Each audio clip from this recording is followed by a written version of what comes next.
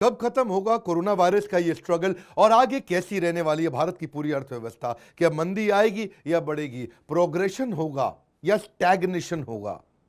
Stagnation होगा या recession होगा? रिसेशन होगा या डिप्रेशन होगा? डिप्रेशन होगा या द ग्रेट डिप्रेशन होगा? क्या रहने वाली है परिस्थितियां? मैं Vivek Bindra, founder and CEO बड़ा बिजनेस .com। तो मंदी तो अब देश में आ ही चुकी है।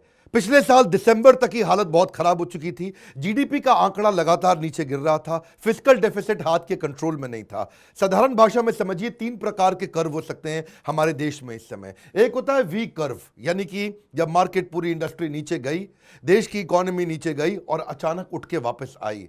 कोरोना वायरस पांचवी स्टेज के बाद खत्म होगा, यह निश्चित है। जैसा चाइना ने रिबाउंड किया, सारे देशों को भी वैसा ही रिबाउंड करना होगा। लेकिन वी के अलावा एक यू शेप भी हो सकता है। यू शेप का मतलब, जब इकोनॉमी नीचे जा रही है और समय के साथ तक थोड़ी देर तक और नीचे रही और नीचे रही और नीचे रही, मार्केट के सेंटिमेंट सपोर्ट नहीं करे और बाद में फिर धीरे धीरे यू की तरह वापस ऊपर उठी और अचानक बहुत तेज उठ गई, उसको बोलते हैं यू शेप। और या फिर जो सबसे खतरनाक और डेंजरस हो सकता है, उसको बोलेंगे एल शेप। नीचे गई और उसके बाद बस फिर नीचे ही रह गई और एल की शेप बना लिया और वापस इकोनॉमी ऊपर नहीं लिया। लंबा समय लगा सेंटिमेंट्स को वापस आने में, इकोनॉमी का भट्टा बैठ गया।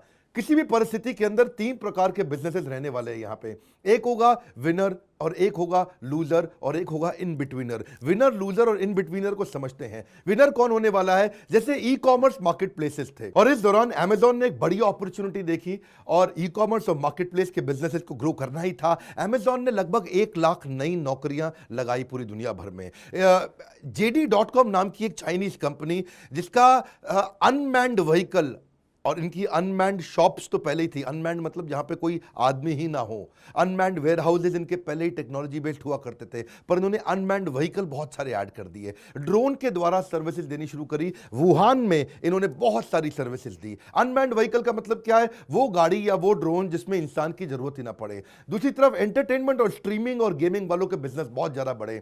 ये विनर्स थे सारे, जैसे Netflix, Amazon Prime video, Disney, इन सब का व्यूअरशिप बहुत तेज बढ़ा। इसके अलावा लॉजिस्टिक्स और डिलीवरी वाले भी ग्रो किए। अलीबाबा की एक अपनी आर्म थी जिसने वुहान के अंदर 5 मिलियन ट्रांजैक्शंस, 5 मिलियन डिलीवरी एक मेडिकल इक्विपमेंट की बहुत तेज करी उसी समय।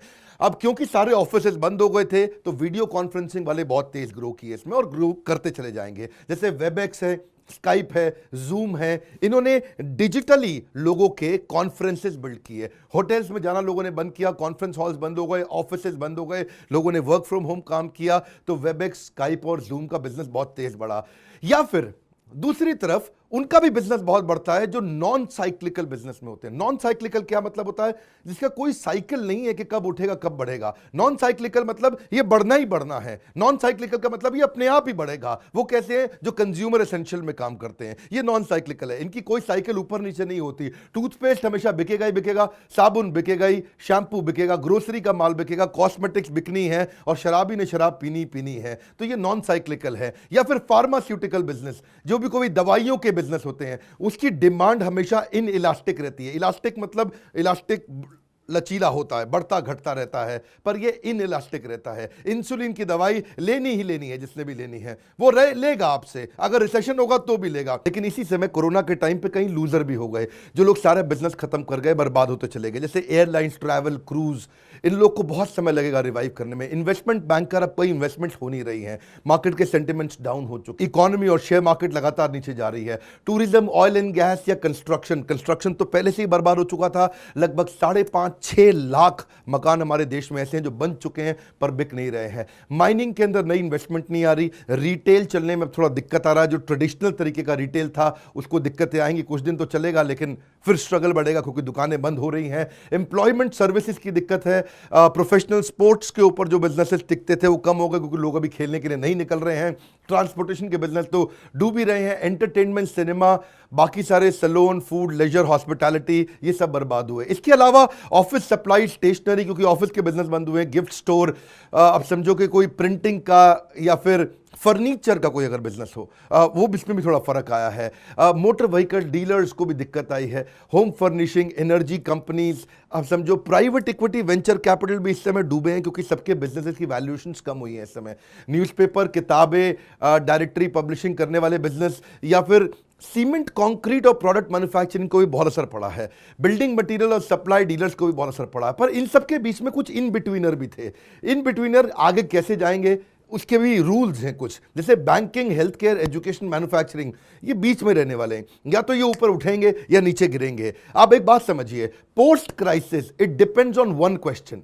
कोरोना के खत्म होने के बाद ये एक ही क्वेश्चन पर डिपेंड करता है, can you be part of faster adoption of new technology and new process. दो बातें समझनी है आपको, नई टेक्नोलॉजी और नया प्रोसेस, क्या ये दोनों आप अडाप्ट कर पाएंगे कि नहीं कर पाएंगे, इस पर डिपेंड करता है कि आप आगे जाएंगे या ऐसे ही स्ट्रगल करते रह जाएंगे। अब दूसरा हिस्से को समझते हैं, भारत देश में इकोनॉमी रहने कैसे वाली है। इकोनॉमी बेसिकली हमेशा कंजम्पशन पर डिपेंड करती है कि कंजम्पशन कितनी है। कंजम्पशन अभी गिर चुकी थी पहले, अभी और गिरेगी। ये मेरा फेवरेट सब्जेक्ट है, इसमें बड़ा कंफर्टेबली आराम से लंबी बात करता हूं। इंडिया को लॉन्ग टर्म जियोपॉलिटिकल एडवांटेज लेना है। लॉन्ग टर्म जियोपॉलिटिकल एडवांटेज क्या है? यूएस के अंदर इस समय इलेक्शंस वापस आ रहे हैं और ट्रंप ऑलरेडी बार बार बोल चुका है, बार बार बोलता है कि ये चाइनीज वायरस है, चाइनीज वायरस है। दुनिया कहती है कोरोना वायरस है, ट्रंप कहते हैं चाइनीज वायरस है। वहां के पत्रकार उनको काफी क्रिटिसाइज भी करते रहे इसके चक्कर में। Against the Chinese virus, it comes from China. Why do you keep calling this the Chinese virus? A lot Because of it people comes say from it's China. racist. It's not racist at all. No, not at all. It comes from China. अब Chinese virus का मतलब क्या हुआ? Trump साफ बोल रहा है कि चाइना मैं तेरा दुश्मन हूं, और चाइना तूने ये गलती से बोल कैसे दिया कि हमारे अमेरिकन मिलिट्री ऑपरेशंस के द्वारा ये वायरस डाला गया था। चाइना ने ये गलत स्टेटमेंट दिया या उनके खिलाफ स्टेटमेंट दिया, मैं ऐसा कहूंगा। अब यूएस उनके खिलाफ स्टेटमेंट दे रहा है। As you know, China tried to say at one point, maybe they stopped now, that it was caused by American soldiers. That can't happen. It's not going to happen. Not as long as I'm president. यानी कि इनके geographical और political रिश्ते बहुत कड़वे होते जा रहे हैं, ये झगड़े बढ़ने के चांसेस हैं। और जैसा कि लगता है कि ट्रंप अगर वापस आ जाते हैं तो अमेरिकन कंपनीज जो चाइना को अपना बिजनेस देती थी वो शायद नहीं दे पाएंगी आने वाले समय में। तो तब इंडिया के पास एक लॉन्ग टर्म अपॉर्चुनिटी होगी, जो चाइना का बिजनेस था वो अमेरिका से इंडिया लेके आ सकता है। उसको बोलते हैं जियो पॉलिटिकल एडवांटेज लेना। अब इसी के साथ में ये भी इंडिया को इस समय देखना है कि अपने इस पेंडेमिक पे होने वाले खर्चे को कम करे। इनकम टैक्स से होने वाली इनकम घटी है, अच्छी नहीं हुई पिछले साल 2019 में, और 2020 में भी अब चांसेस और कम हो जाएंगे। काफी बिजनेस इस समय डूबते चले जा रहे हैं। तो इनकम टैक्स से तो इनकम होएगी नहीं सरकार को, और इस पेंडेमिक पे होने वाले एक्स्ट्रा खर्चे के कारण उसका इंपैक्ट बहुत भयंकर होने वाला है। समझ में नहीं आ रहा मैं क्या नाम दूं इस भारी आर्थिक मंदी जो आने वाली है, उसको किस प्रकार का नाम दूं, मुझे भी समझ नहीं आ रहा। I can't find an adjective. हालत बहुत खराब होने वाली है। अब अगर इसको बचाना है तो अगला पॉइंट समझिए। अगला पॉइंट क्या है? इकोनॉमी को बचाने के लिए रूल है कंजम्पशन, कंजम्पशन, कंजम्पशन। जितना ज्यादा कंजम्पशन होगा, जितना लोग पैसा खर्च करेंगे, तभी इकोनॉमी चलती है। इकोनॉमी बढ़ाने का एक ही रूल है, अर्थव्यवस्था तभी चलती है जब कंजम्पशन होता है, जब लोग पैसा खर्च करते हैं। अब कंजम्पशन का मतलब क्या है? कंजम्पशन होता है पर्सनल डिस्पोजेबल इनकम से आता है। किससे आता है? Personal disposable income. साधारण भाषा में समझिए, personal income minus personal tax. बड़ा सिंपल जी, मेरी तनख्वाह है 1 लाख रुपया, मेरा टैक्स है 20,000 रुपया, मेरी पर्सनल डिस्पोजेबल इनकम है 80,000 रुपया। किसी प्रकार से अगर पर्सनल डिस्पोजेबल इनकम बढ़ सके हमारे देश में, तभी उसी समय में आप देखते हैं कि इकोनॉमी तेज ग्रो करती है, क्योंकि लोग पैसा खर्च करना शुरू करते हैं। परंतु जब ऐसा पेंडेमिक आ जाता है, कोरोना वायरस आता है, उस समय क्या होता है? जो ये पर्सनल डिस्पोजेबल इनकम है, जो 80,000 रुपए बची थी बेचारे की, उसको वो दो जगह खर्च करता है। या तो वो उसको कंज्यूम करने में पैसा लगाता है, या उसको सेव करने में पैसा लगाता है। यानी कि डिस्पोजेबल इनकम को दो ही जगह जाएगा पैसा, या तो वो कंज्यूम करेगा, खर्च करेगा, या सेव करेगा। जब भी इस प्रकार की त्रासदी आती है, समस्याएं आती है, 2008-9 में भी ऐसे ही देखा गया था कि लोगों ने अपना पैसा अंदर होल्ड कर लिया, रोक लिया, कोई भी इन्वेस्टमेंट बंद कर दी, खर्च करने बंद कर दिए, लोगों ने पैसे दबाने शुरू कर दिए, बोला रख लो, पता नहीं क्या होने वाला है आगे। इसका मतलब सारा पैसा सेविंग पर जाएगा, कंजम्पशन आने वाले समय में और घटेगा। तो मैंने कंजम्पशन के आपको 2 तरीके बताए। अब समझिए कि जब कंजम्पशन नहीं हो रही है, तो पहले से एक बड़ी 3 बैलेंस शीट खराब चल रही थी 2019 में हमारे देश में। वो 3 बैलेंस शीट कौन सी थी? पहली बैलेंस शीट थी बैंक्स की। बैंक्स की बैलेंस शीट खराब हुए चले जा रही थी, विजय माल्या से शुरू हुआ और इस प्रकार के कई सारी तकलीफें आई। मैं सबका नाम लेने में समय जाएगा। पर बैंक से जब रियल एस्टेट वालों को, इंफ्रास्ट्रक्चर वालों को लोन चाहिए था, बैंक्स ने लोन नहीं दिया, तो वो लोन कौन देता है फिर? एनबीएफसी, छोटे वाले बैंक जिसको बोलते हैं साधारण भाषा में, नॉन बैंकिंग फाइनेंशियल इंस्टीट्यूशंस जो होते हैं। जब एनबीएफसी ने बैंक ने लोन दिया उनको, और रियल एस्टेट और बर्बाद हुआ और स्लो हुआ। जब रियल एस्टेट स्लो हुआ तो वो बैंक्स के लोन नहीं चुका पाए, जब बैंक्स के लोन नहीं चुका पाए तो बैंक डूबते चले गए, जब सारे बैंक डूबने लग गए तो क्रेडिट देने की संभावना और कम हुई। अब आप बात को समझिए, जब दूसरी बैलेंस शीट किसकी खराब हुई, इसके कारण कॉर्पोरेट की खराब हुई, क्योंकि कॉर्पोरेट को लोन चाहिए तो लोन मिल नहीं रहा इस समय। तीसरी बैलेंस शीट किसकी खराब हुई, एमएसएमई की। एमएसएमई बड़े कॉर्पोरेट को सर्व करता था या कंज्यूमर को सर्व करता था, तो 3 बैलेंस शीट चली गई। मैं साथ साथ समराइज भी करते जा रहा हूं। एक बैंक की बैलेंस शीट गई, दूसरा कॉर्पोरेट की बैलेंस शीट गई, तीसरा एमएसएमई छोटे बिजनेसमैन की बैलेंस शीट गई। जब ये तीनों बैलेंस शीट जाती हैं तो क्या होता है, उससे एम्प्लॉयबिलिटी घटती है और लोअर क्रेडिट ऑफ ट्रेक, यानी कि लोग और कम लोन लेने शुरू कर देते हैं। ये मेरा ना एक पसंद का टॉपिक है, तो मैं खुल के आराम से फ्री फ्लो में बात करता रहता हूं। अब सरकार ने पिछले साल क्या किया, बड़े कॉर्पोरेट्स को लगभग 1.5 लाख करोड़ रुपए का इंसेंटिव दिया उनके टैक्सेस पे। बोला इनके टैक्स बचा लो, तो कॉर्पोरेट्स की बैलेंस शीट तो बची, लेकिन कॉर्पोरेट्स कितने हमारे देश में, लगभग 2%। पर होना क्या था, 98 कॉर्पोरेट्स तो इंप्रूव कर गए, पर वो 98% जो किसान, जो आम जनता, जो लेबर, जो मजदूर, जो खेती करता है या जो गांव में रहता है, उसके पास तो पैसा आया नहीं, तो उसने खर्च किया नहीं। तो जब 98% लोगों ने देश में खर्च ही नहीं किया, तो फिर अब कैसे चलेगी इकोनॉमी, नहीं चलती। 3 चीजें चाहिए हमारे देश को इंप्रूव करने के लिए, एक्सपोर्ट, फॉरेन इन्वेस्टमेंट और कंजम्पशन। इसी से इकोनॉमी इंप्रूव होती है। याद रखिए, plan for the best and prepare for the worst, ये आपकी तैयारी है। मेरी बात समझिए, मैंने पीछे गोल्डन स्टेटमेंट दिया था कि क्राइसिस खत्म होने के बाद क्या आपकी बात कर रहा हूं, क्या आप 2 चीजों के लिए तैयार हैं। पहला चीज क्या है, faster adoption of new technology, दूसरा है faster adoption of new process. क्या आप नई टेक्नोलॉजी और नए प्रोसेस को लेकर तैयार हो गए हैं। जितनी ऑर्गेनाइजेशंस तैयार हुई, जिन्होंने अपने अंदर चेंजेस लेके आए, इंप्रूवमेंट लेके आए, वो फट से अपने इंडिविजुअली फटाफट वी कर्व से वापस चले गए ऊपर। नीचे तो आए लेकिन ठाक से ऊपर चले गए। और जो लोग बेचारे परिवर्तन नहीं ला पाए, वो एल कर्व से नीचे आए और नीचे ही रह गए और जिंदगी भर के लिए बर्बाद हो गए। आपकी मदद करने के लिए कोरोना वायरस की इस तकलीफ में हमने आपको बहुत सपोर्ट किया, लोगों ने उसका बहुत फायदा उठाया।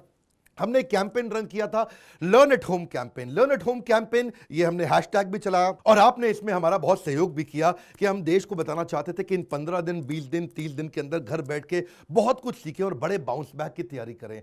आप अभी भी ये कैंपेन चल रहा है, कुछ दिन हमने और एक्सटेंड किया कोरोना वायरस के चलते। अगर आपने अभी तक हमारे फ्री कोर्सेज नहीं लिए हैं तो ईएई के साथ मिलने वाले ये 78,000 रुपए प्लस जीएसटी के फ्री कोर्सेज, आप इनके लिए बोर्ड लाइन नंबर पर फोन करिए, इसका फायदा उठाइए। इसमें हम आपको फाइनेंस भी सिखाते हैं, टेक्नोलॉजी भी सिखाते हैं, वर्किंग कैपिटल भी सिखाते हैं, $0 मार्केटिंग भी सिखाते हैं, बिजनेस ऑटोमेशन सिखाते हैं और साथ में प्रेजेंटेशंस कैसे दिया जाए, कम्युनिकेशन कैसे बिल्ड किया जाए, वो सब सिखाते हैं। तो 6 कोर्सेज बहुत पावरफुल हमने फ्री कर दिए थे इसी दौरान। ये हमारा आपको सपोर्ट है, अदरवाइज ये पूरा साल हम बेचते हैं। हम कभी भी हमारे प्रोग्राम्स अफोर्डेबल होते हैं, ना हम फ्री देते हैं ना डिस्काउंट देते हैं, पर ये कोरोना वायरस के चलते ही हमारा आपके प्रति एक कमिटमेंट था जिसका बहुत लोगों ने फायदा उठाया। अगर आप अभी तक फायदा नहीं उठा पाए तो कुछ दिन के लिए और, जब तक ये समस्या चल रही है, जब तक आप रिवाइव नहीं करते, तब तक हमने सपोर्ट एक्सटेंड किया। आप ऑनलाइन नंबर पे फोन करके चेक कर सकते हैं कि क्या स्कीम बाकी है कि नहीं है। हो सकता है कुछ लोग बाद में वीडियो देखते हैं तो आपको ना मिले, अगर आपने तुरंत देखा है तो बेनिफिट अभी है अवेलेबल, तो आप इसको ले सकते हैं। इकोनॉमी पे, अर्थव्यवस्था पे अगर आपको ऐसे वीडियोस पसंद आते हैं, क्योंकि मेरा एक्सपेरिमेंट है, मेरे लिए थोड़ा नेचुरल है, मैं आराम से खुल के बोलते चले जाता हूं, इसको फ्री फ्लो में बात करता हूं। मैं कोई बड़ा हाई एनर्जी में नहीं बोला क्योंकि ये बिजनेस का कॉन्सेप्ट था।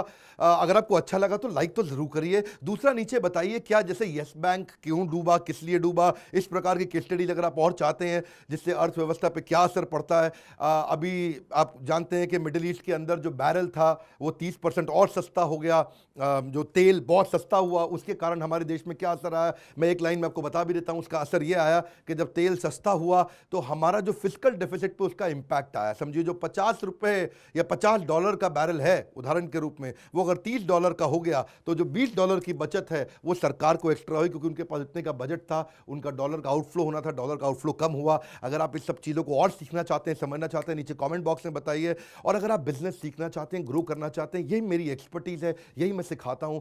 हज़ारों लॉस मेकिंग बिजनेसेस को मैं बाहर निकाल चुका हूं अब तक। कमेंट बॉक्स में अपनी फरमाइश बताते रहिए। अगर आपने सब्सक्राइब नहीं किया, जरूर सब्सक्राइब करिए, दूसरों से जरूर करवाइए, ताकि इस देश में हम लर्न एट होम का कल्चर एकदम मैक्सिमाइज कर दें। हमारे साथ जुड़े रहने के लिए आप सबका प्रेम पूर्वक बहुत बहुत धन्यवाद।